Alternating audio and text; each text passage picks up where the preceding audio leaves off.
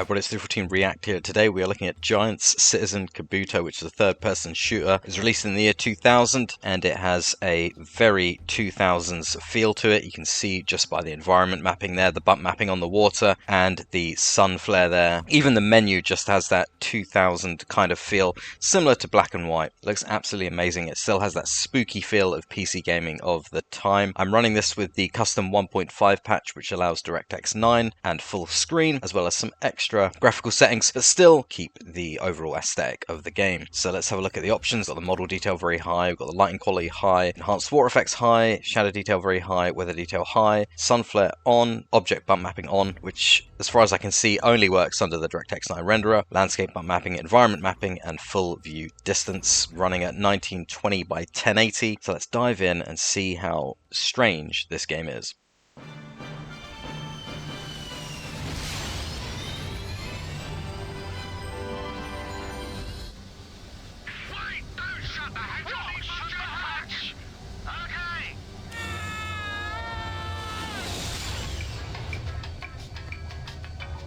What is going on? Look at that bump mapping though, environment mapping. It's just way overblown in that SDR pipeline. Look at that, my god.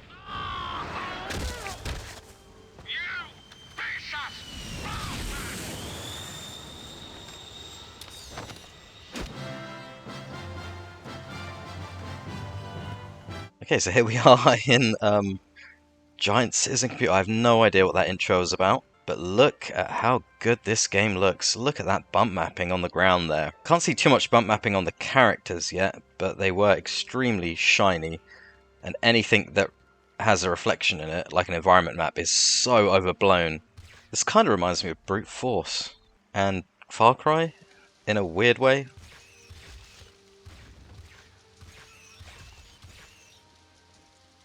What is going on? So there might be some backstory here, but I've just gone in blind. Oh boy.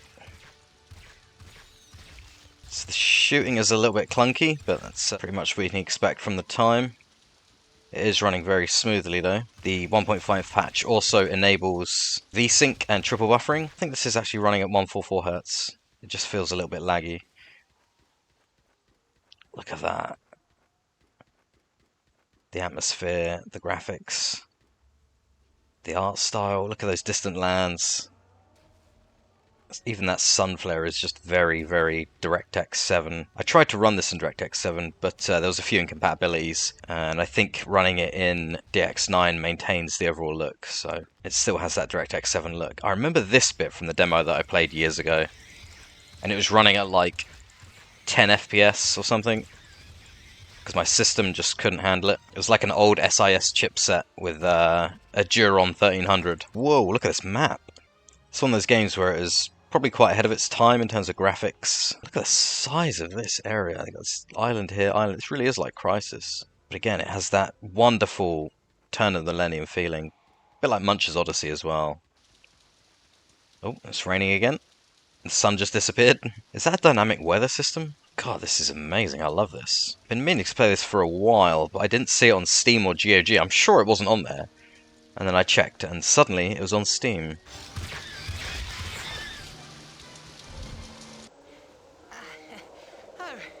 Thanks, old man. Name's Buzz. There's no way I was giving my new jetpack to that old ripper.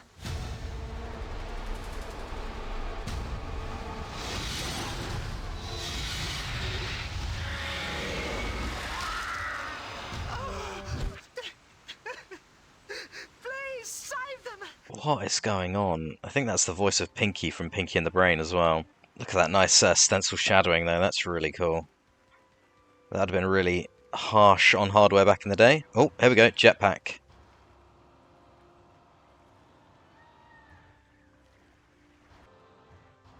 Oh my god, what is going on? Oh my god! Okay, so this is the rescue zone. Oh, whoa, that was a big frame drop. So this is very much like Munch's Odyssey for some reason. Did he just fall? Okay, so there's a time limit to this as well. How do I get up there? Okay, here we go. Nope, he's gone. And I'm gone as well. Well, that was terrible. There we go. Another one falling. This is like some sort of bizarro silent cartographer. Weapon that other spaceman dropped. You've seen another guy like me? Certainly, Mr. Baz. He's over there. He crashed in the big metal bird, and now he's dangling from a cliff.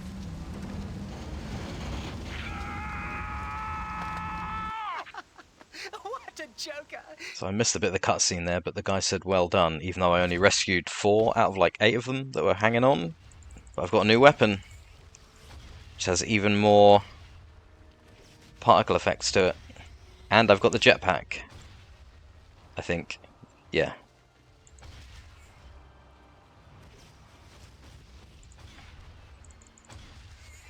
Look at these graphics and this atmosphere. Doesn't that just bring you back to sitting on your computer at the turn of the millennium, playing games from a random demo disc? You know, they live high in the Codpiece Hills on Sorcia Island, but it isn't very easy to get there right now. The entrance to that mine shaft is in one of the Reaper buildings, and that's guarded by Reaper snipers who'll fire at the slightest movement. Then there are the Reaper guards who'll swarm on you in a matter of seconds. And even before you get there, you have to take a mine shaft, which is in one of the Reaper's breeding grounds. Not my idea of a good time. Look how weird that environment mapping is.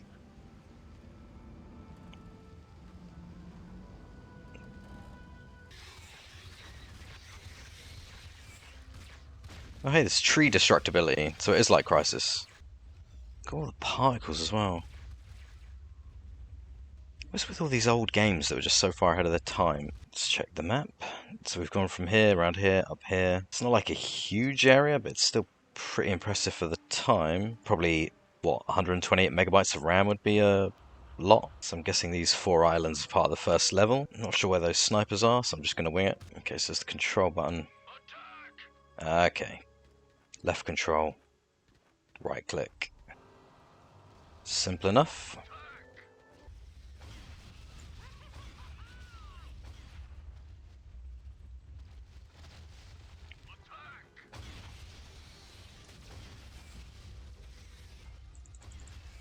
It's weird that it's lagging up.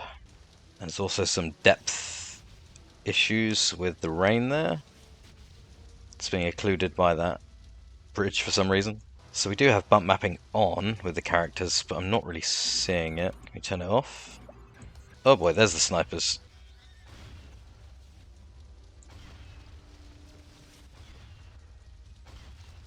Okay, weren't we supposed to hide from them? But now we've just blown them up. Cool, that'll do. So a tree would count as an object. Let's see if we can see the bump mapping. Let's turn the bump mapping on. Okay, may just be on the characters. I can see environment mapping on the characters, but not so much bump mapping. It's definitely on the ground though. Don't know if that's a pre-baked bump map or just from the directional light. Oh, okay, there's the snipers. So let's try that again. So this looks like a gun shop with a HR Giga looking gun on it. And all they have is RPGs, which I've already got. Okay, cool. Oh god, there's the snipers.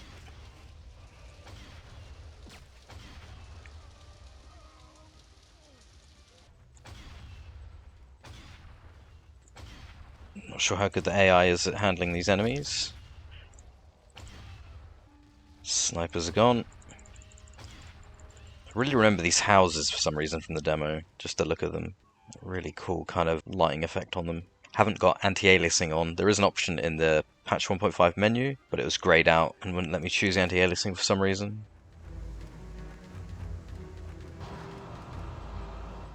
Don't know why the music sounds like Star Wars as well. I guess it was just that era, just after Phantom Menace. I think my AI partner may have died.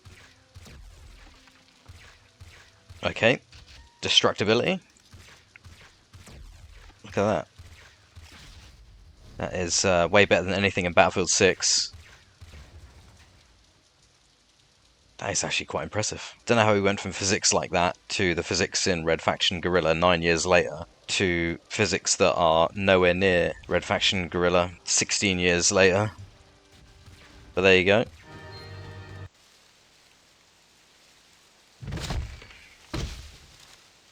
Ever since those bloody sea reapers moved in, it's been too dangerous to hunt vimps on my own. Listen, get me 20 pieces of fresh vimp meat and I'll help you.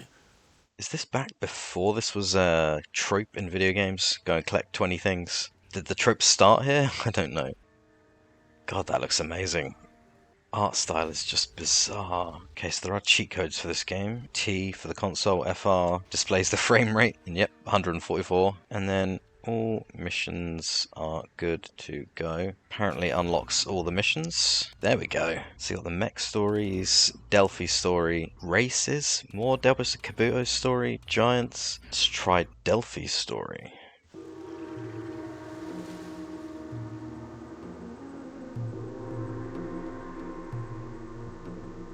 I knew you were coming, my child. Indeed, I felt your presence. Ah, you have a twin sister. I don't have a sister. Ha! You are right. Well done. This was your first test. What kind of game is this? Proceed with your training, little one, for I will then give you a new power for each Smarty you save. So again, we're rescuing these Smarty things, and now we are a completely different character. But we're still on another island fighting these things again. Of course, no jetpack with this character. Guess we've got the sword, magical bow and arrow, and then an even more magical bow and arrow. Okay, cool. This is so 2000s jank, it's great.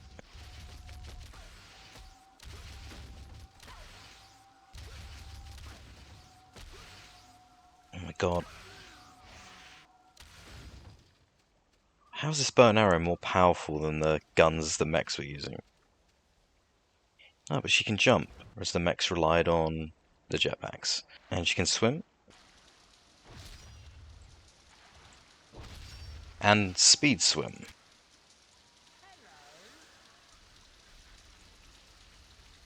Okay, so that's how corpses are removed from the game. Weird things come out and eat them. What is with this era and just weird innovation in games? It's just so random to play. Just don't see this kind of risks anymore. And that little orb is so DirectX 7.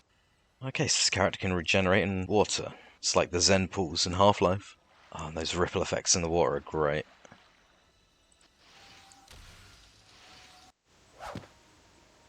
You have performed well, my child. In return, I shall now give you the bubble spell. Now, follow the light to the next entrance and return another. I do like the fact you can pretty much just blow up anything, and the particle effects rain out.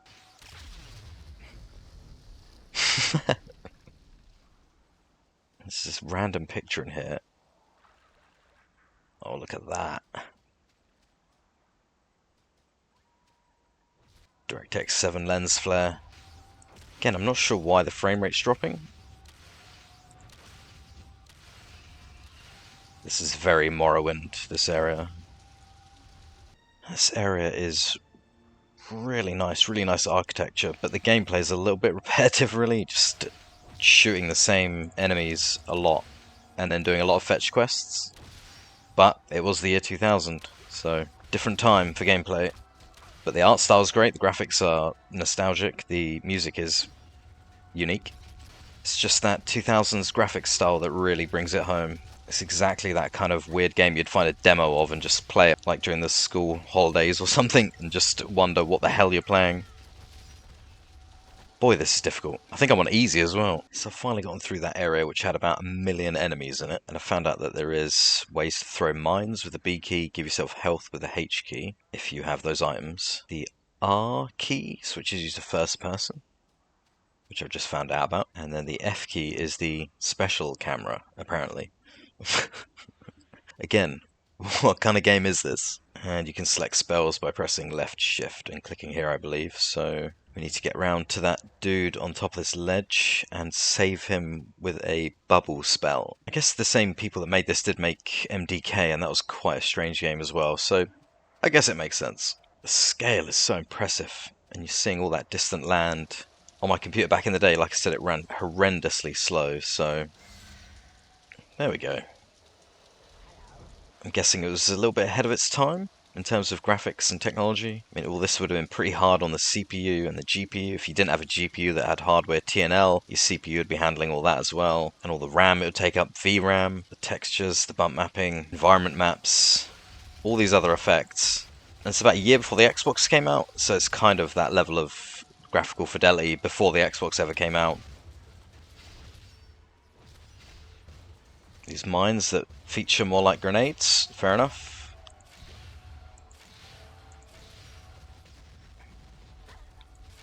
That destruction is awesome. I think this was GeForce 2 era, possibly just for GeForce 3. This also came out on PS2 as well. Look at that down there, it almost looks like there's bloom being applied, but I don't think there is. So what's in this gun shop? Teleport, cluster, shrink. You get healed up in the shop as well, that's good. Whole bunch more spells. Yes, you are mastering your powers well. You have now earned the greatest of Reaper abilities, the power to now turn the next light. It will lead you to me and your final challenge. Turbo ability. Okay, turbo mode is awesome. Just Elder Scrolls it up that mountain. This is definitely a new type of enemy. And they set you on fire. Okay, that's cool. Why not? That is a very cool effect, actually. What the hell are these things? What is this game? God damn it. Let's try a different approach. I've got one of the spells. I think it's the duplicate spell. No idea what it does. Let's just cast it. Oh, it's teleport. And duplicate. Or something. I have no idea. Let's try this spell. Okay, that's a good offensive spell. Let's select this one. Just want to see what they all do. Oh, that was the shrink one. Duke Nukem style. Again, I'm getting reminded of Beast Wars for some reason. All these games from this sort of era seem to remind me of Beast Wars. Okay, this one's got the fire spell. Oh my god. Well, that almost got me. And there's no checkpoints in this, so if you die, you go back. Oh, it's like the camera from the GTA remakes a few years ago. So these are the Evil Reapers. Oh boy. And I don't think they're even the things that are meant to kill as part of the mission, but they're incredibly tough. Oh my god. So all these different enemy Evil Reapers have different abilities. I'm not sure how many there are left to go through. Okay, that's awesome. The Oppenheimer ability. Okay, there's some sort of time slowdown thing going on here. No idea. What the hell? This game is absolutely baffling. Alright, we're down to the last Evil Reaper.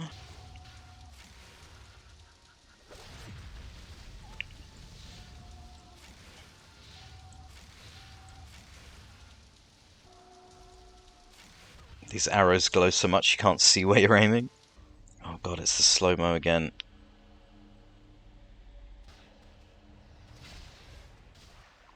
Let's get the teleport ready just in case I need it.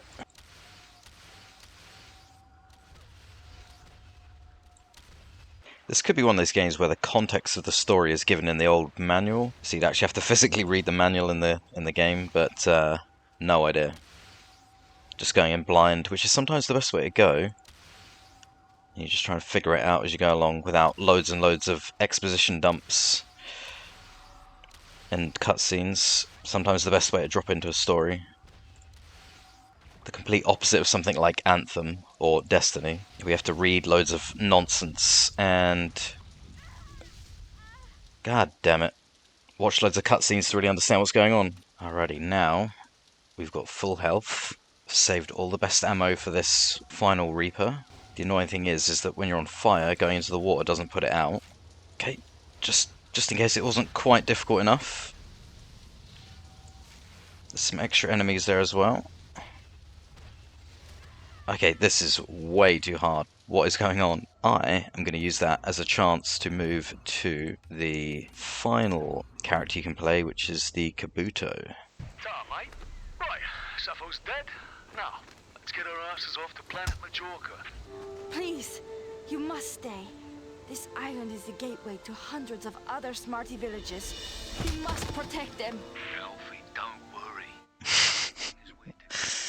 Oh god. Now that I have a piece of the Kabuto stone, there is something I must do. And that means you do everything I say.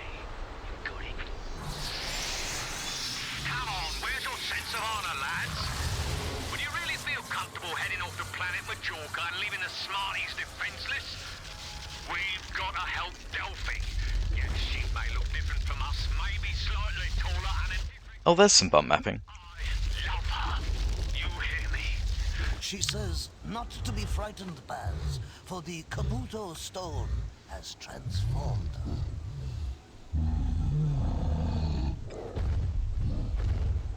I have a feeling that even if I had played all these missions through, I would still have no idea what's going on. That's definitely bump mapping on this character. There we go, there's the object bump mapping, which I think is only possible in DirectX 9. Boy, that looks good.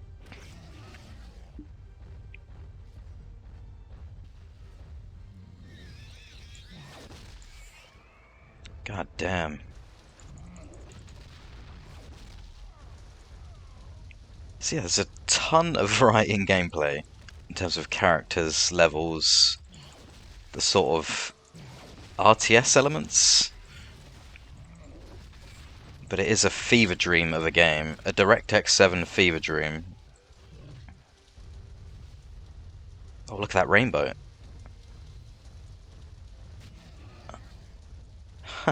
That's a really cool effect.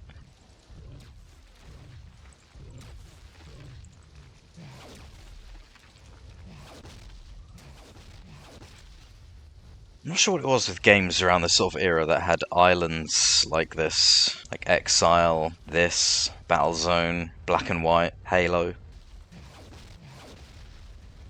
Now that's kind of fun. Can I eat these things to heal? Okay, I don't think I can. Oh, okay. Well, that's all three characters in the game. Not quite all the gameplay. It's quite in depth, you'd have to play for quite a long time to see everything. But that is truly a bizarre game. And I think I'm about to die here. Oh, look at that water rippling. And the footsteps are a nice touch as well. There's the special camera. And there's the first person view. And there we go. It'd be a lot easier with checkpoints, but you just have to keep restarting the mission every time you die. It's rough. And here's the first person mode of the mechs. And reverse camera of the mechs.